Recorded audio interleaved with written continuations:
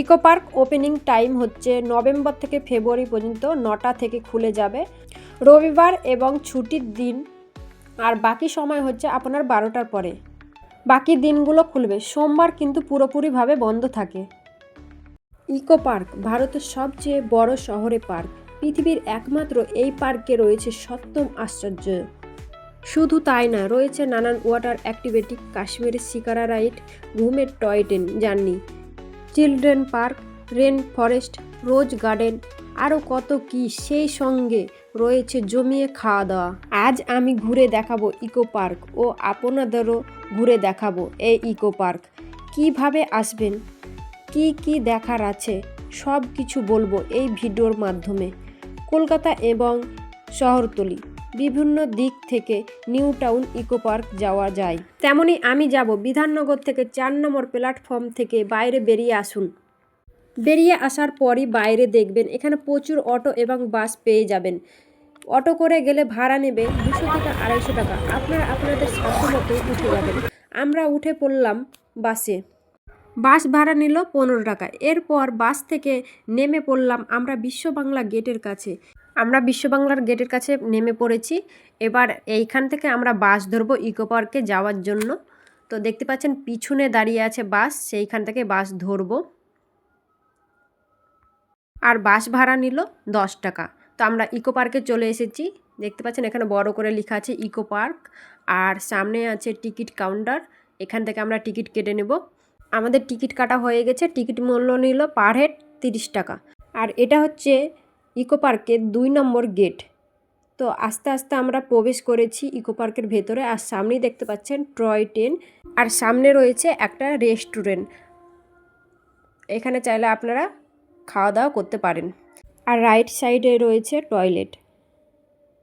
আর এইখানে দেখতে পাচ্ছেন বড় করে একটা ম্যাপ দেওয়া আছে। এই ম্যাপের সাহায্যে আপনারা পুরো ইকো পার্কটা ঘুরতে পারেন।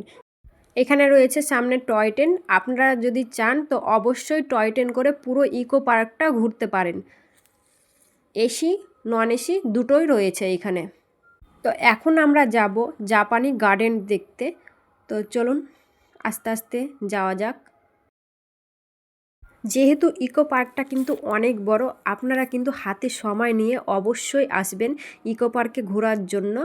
যেহেতু আমাদের ঘুরতে অনেকটাই লেট হয়ে গেছিলো, তার জন্য আমরা ঠিকভাবে ঘুরতে পারিনি।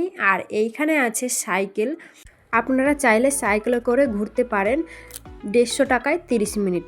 এইখানে কিন্তু নানান অ্যাক্টিভিটি রয়েছে, আপনারা চাইলে ট্রাই করতে পারেন।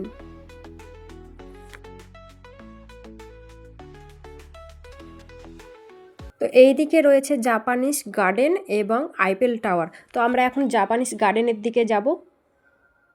এই জাপানিজ ফরেস্টের প্রবেশের দ্বারের বাইরে রয়েছে রক্ষক হিসাবে চাইনিজ লায়ন ডগের মূর্তি। তো গেটে ঢোকার সামনেই দেখতে পাচ্ছেন লেখা আছে জাপানি ফরেস্ট। আর এইখানে কোনো এক্সট্রা টাকা দিতে হয় না।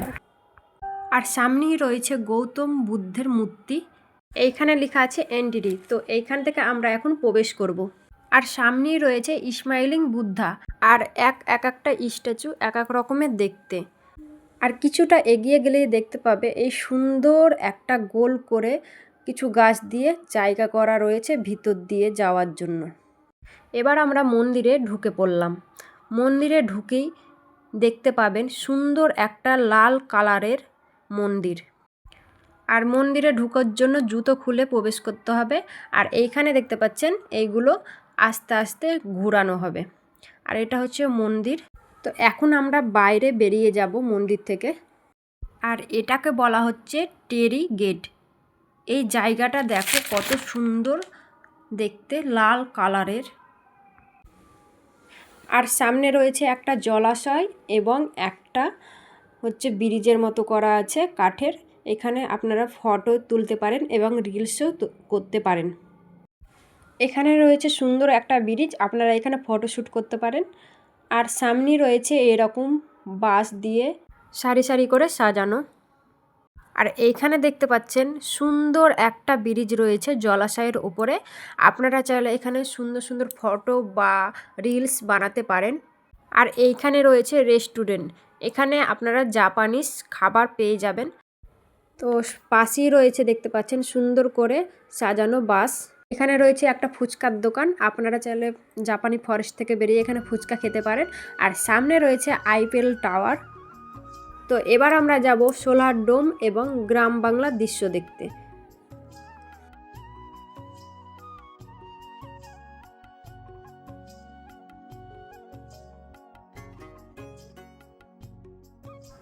আর এইখানে দেখতে পাচ্ছেন সবাই ফটোশ্যুট করছে আর পাশে সব খাওয়া দাওয়া করছে। তো আপনারা যদি বাড়ি থেকে খাবার আনতে চান তো অবশ্যই আনতে পারেন, যে কোনো ধরনের খাবার এখানে অ্যালাউ আছে।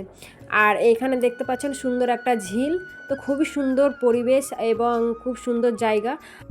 এখানে কিন্তু নানান রকমের অ্যাক্টিভিটি রয়েছে, আপনি বোট করতে পারেন, অনেক অ্যাক্টিভিটি রয়েছে। বাচ্চাদের ঘুরে ফিরে খেয়ে দিয়ে একটা দিন হাতে রাখতে হবে আপনাদের।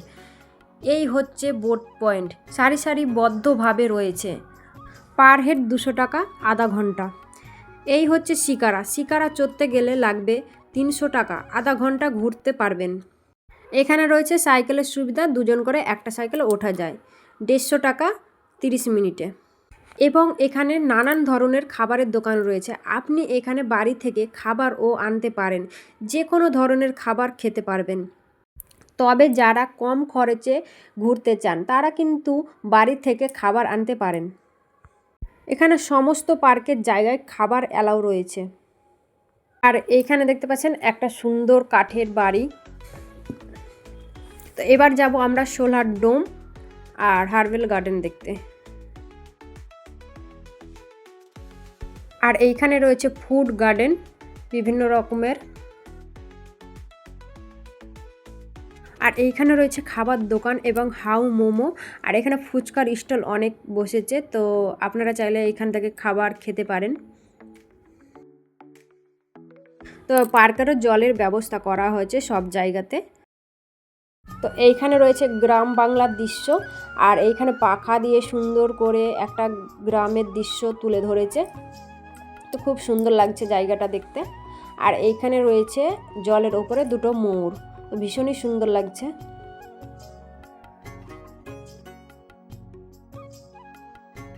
তো এটা হচ্ছে টিকিট ঘর, আমরা এখন গ্রামে প্রবেশ করব, তার জন্য এখানে আমাদের টিকিট কাটতে হবে। তো টিকিটের মূল্য নিল 10 টাকা। তো আমরা এখন ঢুকে পড়েছি, আর প্রথমে ঢুকতেই দেখতে পাচ্ছি একটা সুন্দর রথ এইখানে সাজানো আছে। আর পাশে রয়েছে জমি যেখানে চাষ করা হচ্ছে গরু দিয়ে। আর এই দিকে দেখতে পাচ্ছেন সবজি লাগাচ্ছে, এইভাবে সুন্দর করে গ্রামের যেমন দৃশ্য হয় সেইগুলো এইখানে তুলে ধরেছে। তো খুব সুন্দর লাগছে দেখে। যেহেতু আমি একজন গ্রামের মেয়ে, তো আমার ভীষণই এইসব ভালো লাগে। এখন শ্বশুর বাড়ি হয়েছে টাউনে, তো আমার গ্রামের দৃশ্য সত্যি সুন্দর লাগে। আর তোমাদের কেমন লাগে অবশ্যই কমেন্ট করে জানাবে। তো এদিকে দেখতে পাচ্ছ একটা স্কুল করা আছে, আর এখানে স্কুল থেকে সব বের হচ্ছে।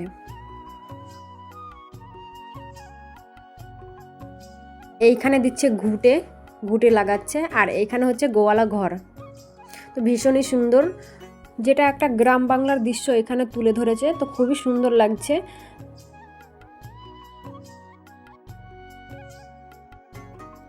এবার আমরা চলে যাচ্ছি গ্রাম বাংলার দৃশ্য দেখে সোলার ডোমের দিকে। তো এইখানে ঢুকতে গেলে আপনাদের এন্ট্রি ফি দিতে হবে 200 টাকা, পার হেড 200 টাকা। কিন্তু আপনারা যদি ঢুকতে না চান তো অবশ্যই এইখানটা ঘুরে আপনারা বেরিয়ে যেতে পারেন, কিন্তু এখানে বসারও জায়গা আছে। তো আমরা এখানে কিছুক্ষণ বসে এখান থেকে বেরিয়ে পড়েছি।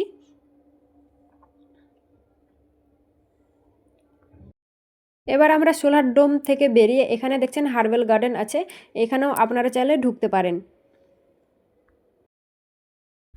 সেইখান থেকে বেরিয়ে দেখতে পাচ্ছেন এই দিকে আমরা চলে এসেছি, এইখানে আছে ব্যাম্বু গার্ডেন। তো এখানে দেখতে পাচ্ছেন বাঁশের ঝাড় আছে অনেকগুলো।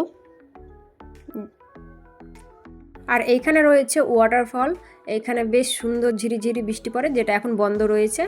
আর পার্কের মধ্যে রয়েছে এরকম সুন্দর সুন্দর মানে হরিণ, বাঘ সব রকমই আছে, তো ফটো তুলতে পারো তোমরা চাইলে। আর এটা রয়েছে বিষ্ণুপুরের পোড়ামাটির কারুকার্য করা আছে। এবার আমরা চলে এসেছি রোজ গার্ডেন। তো তো এইখানে বিভিন্ন প্রকারের আপনারা গোলাপ পেয়ে যাবেন, আর বেশ বড় বড় সাইজের গোলাপ।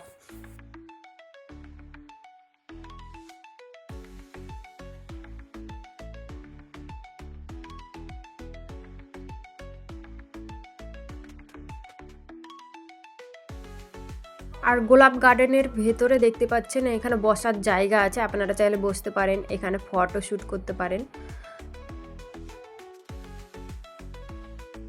যেহেতু ইকো পার্কটা অনেকটা জায়গা জুড়ে রয়েছে, আর আমাদের এদিকে হাঁটতে হাঁটতে পা ব্যথাও শুরু হয়ে গেছে, তো আর আপনারাকে বলবো অবশ্যই আপনারা হাতে সময় নিয়ে আসুন, কারণ এত বড় পার্ক, ইকো পার্কটা ঘোরা সম্ভব না।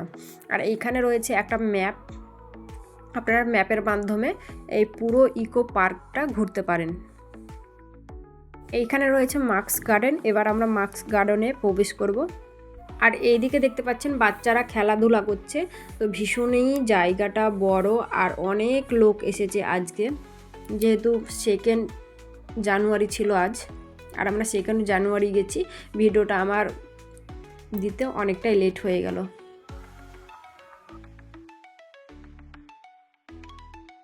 আর এটা হচ্ছে মাক্স গার্ডেন, এখানে কিন্তু নানান রকমের মুখোশ রয়েছে, সামনে দেখতে পাচ্ছেন।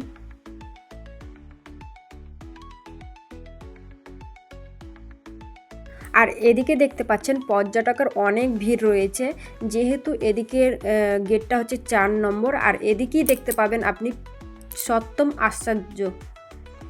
তো আমরা পরে যাব, এখন যাব আমরা ওইদিকে। দেখতে পাচ্ছেন সূর্য মামাও ডুবু অবস্থায় আছে। আর এখন আমরা ঢুকছি বাংলার ইতিহাসে বা ভাস্কর্য, এইখানে বিভিন্ন ধরনের কারুকার্য করা রয়েছে।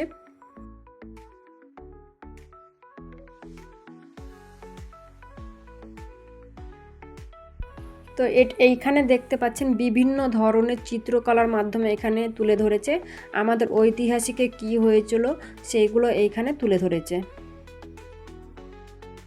আর এইখানে রয়েছে হেলিং কাম গার্ডেন, তো ভিতরে আমরা এখন প্রবেশ করছি। আর এইখানে রয়েছে একটা ওয়াটারফল, এইখানে রয়েছে বোর্ড রাইডিং, তো আপনারা চাইলে এখানে বোর্ড রাইডিং করতে পারেন। আর এখানেও কিন্তু খাওয়া দাওয়ার ব্যবস্থা আছে, দেখতে পাচ্ছেন অনেকেই খাওয়া দাওয়া করছে এইখানে, যেহেতু পুরো পার্কটাই অ্যালাউ আছে খাবারের। তার পাশেই চলে আসলে দেখতে পাবেন এইদিকে বাটারফ্লাই গার্ডেন, এখানে বিভিন্ন ধরনের প্রজাপতি আপনারা দেখতে পাবেন। এখানে কিন্তু ঢুকতে গেলে কোনো প্রবেশ মূল্য লাগে না, আর এটা কিন্তু সন্ধ্যে 4টের পর থেকে বন্ধ হয়ে যায়।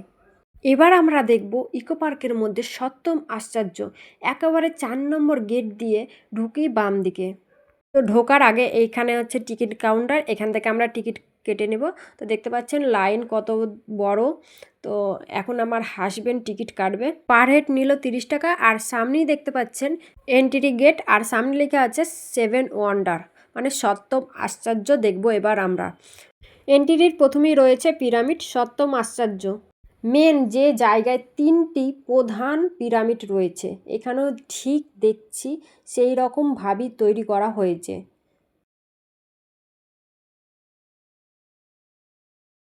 এবার ভিতরে ঢুকছি, দেখি কি রয়েছে।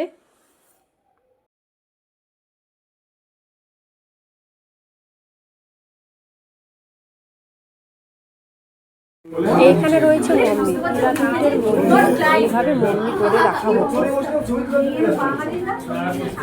আর পিরামিডের পরেই রয়েছে একটা ছোট্ট পুল, দেখতে পাচ্ছেন, আর ওপারে রয়েছে পেটরা। আর এই হচ্ছে পেটরা শহর, যেটা পাহাড় বেলা পাথর দিয়ে তৈরি। সেই পাহাড় কেটে তার মধ্যে তৈরি করা হয়েছিল এই শহর, এবং যেটা অনেক দিন কিন্তু লুকানো অবস্থায় ছিল।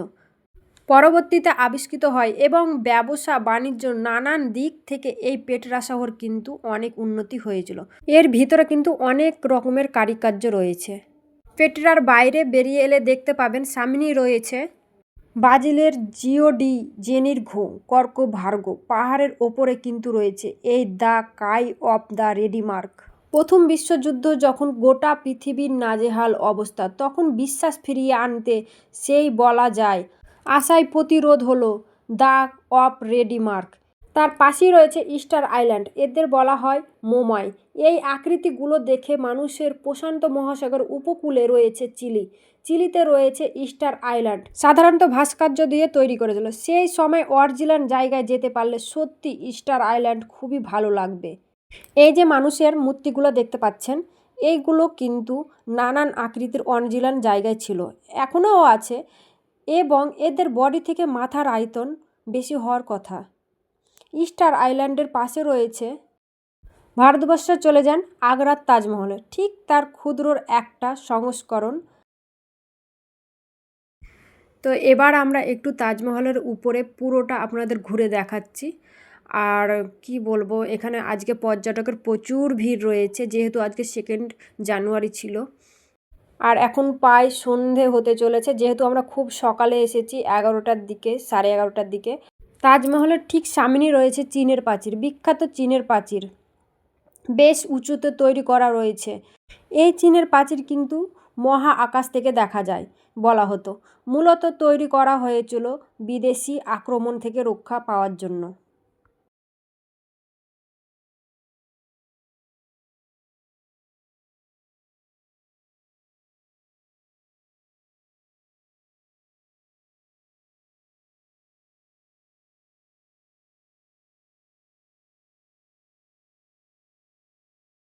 MP theatre, Rome, Italy. এই থিয়েটারে 50,000-এরও বেশি মানুষ একসঙ্গে বসতে পারতেন। এখন ঢুকে পড়েছি এমপি থিয়েটারে। তো দেখতে পাচ্ছেন, এই থিয়েটারে কিন্তু নাটক প্রদর্শনী হতো, মারামারি বা লড়াই হতো। এছাড়া এখানে কিন্তু আরও ভয়ানক খেলা হতো। এছাড়া এখানে কিন্তু মৃত্যুর দণ্ড দেওয়া হতো, যার জন্য এটা কিন্তু বিখ্যাত হয়ে আছে।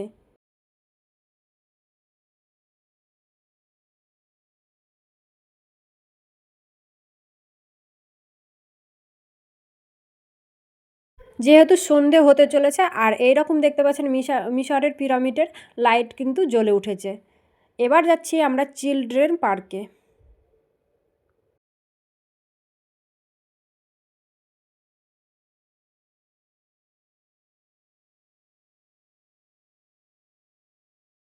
এটা হচ্ছে চিলড্রেন পার্ক।